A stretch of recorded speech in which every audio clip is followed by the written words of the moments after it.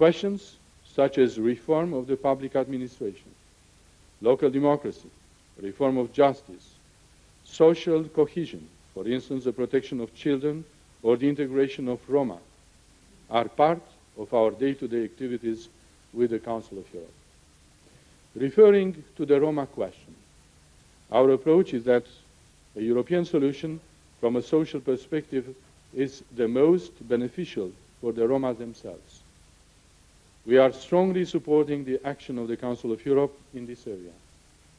Encouraged by the proposal of the Council of Europe Parliamentary Assembly in Resolution 1123 from 1997, we led a sustained information and awareness-raising campaign to educate the population to prevent an upsurge in racism, xenophobia, anti-Semitism, and intolerance. The institution of the People's Advocate, the Ombudsman, already plays an important part in defending the rights and freedoms of the people who apply to it and in the efforts to raise awareness of these issues to Romanian society. As you know, Romania's central objective is to join the European Union. We aim to conclude our negotiations in 2004, and we are working very hard to prepare Romania for joining the European Union in 2007. I have followed with interest the recent joint meeting of the Parliamentary Assembly of the Council of Europe and the European Parliament on building one Europe, namely one Europe of values. The Council of Europe, and particularly the Assembly, reconfirms its role as a driving force in the promotion of the new ideas to the European reflection process. We, Romanians, are glad to join in this effort in all the European fora, at all levels. Romania has contributed to the debates on the future of Europe in the European Convention. The draft European Constitution incorporates also Romania's views. The new European Constitution should shape the Union as a political entity supported by a platform of values shared by both citizens and states. Romania believes the work of the European Convention should not be unraveled. Certain aspects do need clarification, but renegotiating a document resulted from the work of representatives of national governments and parliaments, as well as European institutions, is not the right way. The European Union's growing political weight should also be reflected on the international scene. Europe has a responsibility in contributing to managing globalization on an ethical basis while promoting its economic and social model of development. A stronger Europe, speaking with a unified voice, capable of playing a global role commensurate with its economic strengths and cultural and political heritage, and taking on increased security responsibilities in Euro-Atlantic partnership and complementarity, is central to world peace and managing global issues. The Third Council of Europe Summit. We are convinced, dear colleagues, that the debate on the future of Europe calls for the Third Council of Europe Summit, which would define the future role of the organization in the new context. We are ready to bring our active contribution in preparing it. We are convinced that the Council of Europe's vocation in the field of democracy, rule of law, human rights, will remain the essential argument for the pan-European action of the organization. The Council of Europe should have a more ambitious role in making sure that these values will be applied in all member states. Complementary to the international efforts in combating terrorism, the Council of Europe can expand its role in promoting the values of democracy, in advancing multicultural and interreligious dialogue. This is a field of further investigation to which Romania can buy its share.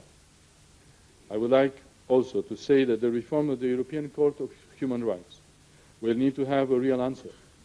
We are interested in shaping a unitary European vision in the field of human rights. We welcome in this respect the idea of incorporating the Charter of Human Rights in the future European Constitution. Together with the Committee of Ministers and the Assembly, the action of the Congress of Local and Regional Authorities in Europe has been central in developing democracy and local governance throughout the continent. We fully encourage this trend, which is instrumental in developing the European principle of subsidiarity. Together with the principle of legitimacy and democratic accountability, transparency in governance has greatly benefited from the involvement of civil society. As a nation historically part of Europe, we believe that Romania is a pillar of the system of values and principles underlining the European project. Democracy, respect for the citizen rights and liberties, justice and social equity, tolerance, solidarity within and among the nations, a spirit of responsibility towards the next generation. As a consolidated democracy, firmly anchored in the European construction, Romania is committed to contribute to European and international developments. Becoming a NATO and EU member state will demand taking on increased responsibilities.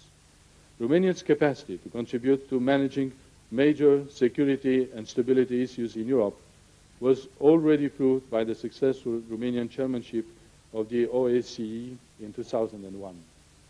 Romania will continue to promote the pan-European vocation of the Council of Europe, and we can achieve this by means of our bilateral relations with countries from Eastern, Southeastern Europe and the Caucasus. We will act in the same spirit during Romania's presidency of the Southeast European cooperation process in 2004.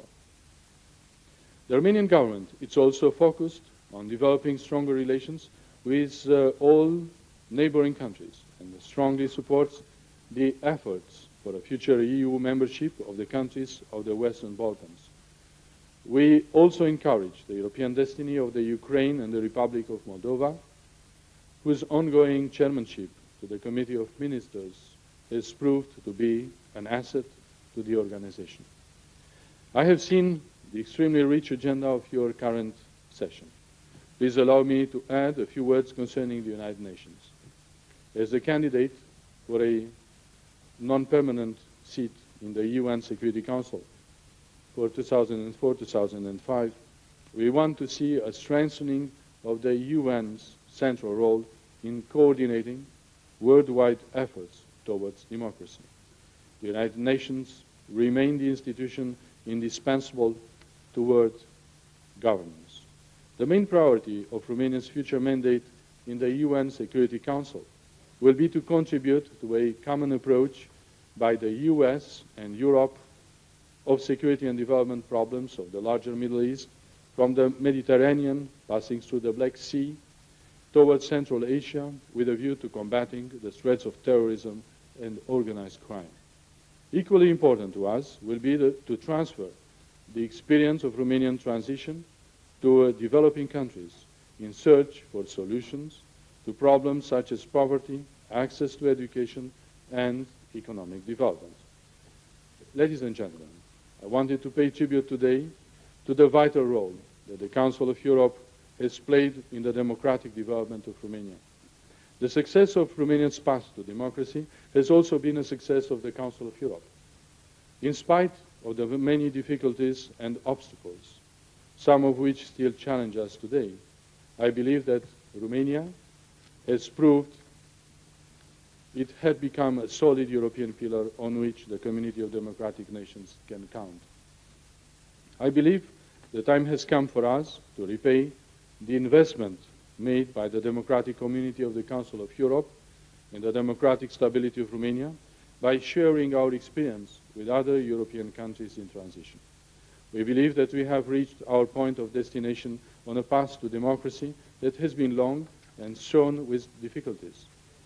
We have benefited from the support of many friends, and many of them are or were members of the Parliamentary Assembly. Let me confess that in spirit I have remained a member of this forum. I say this because in all these years we strove to bring the European values and principles of the Council of Europe in all our political actions, to translate them in the daily life of the citizens whom we represent.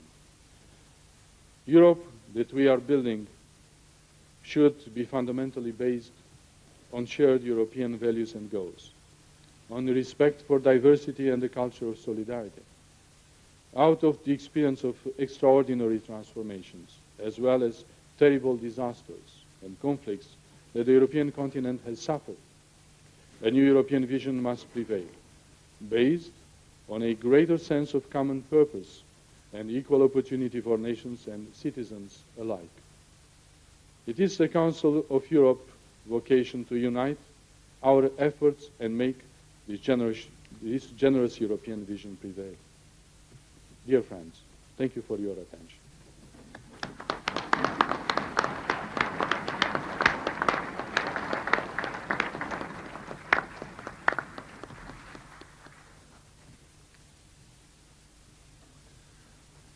Thank you very much, Mr. Prime Minister Nastase, for your most interesting address, touching all the items of interest of the Assembly, showing that you are not only following the work of the Council of Europe and the Assembly, but being an active part and a real partner in it.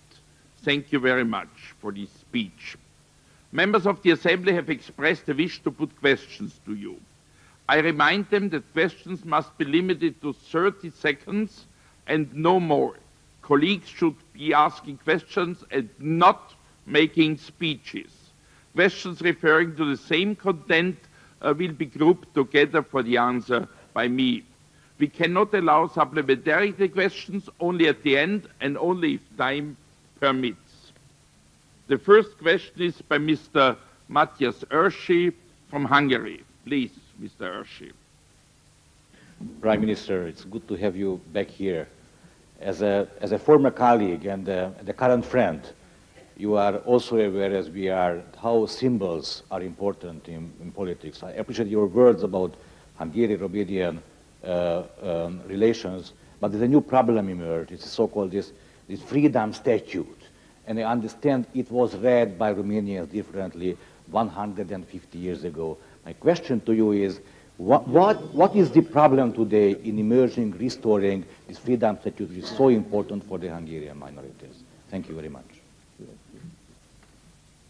Please.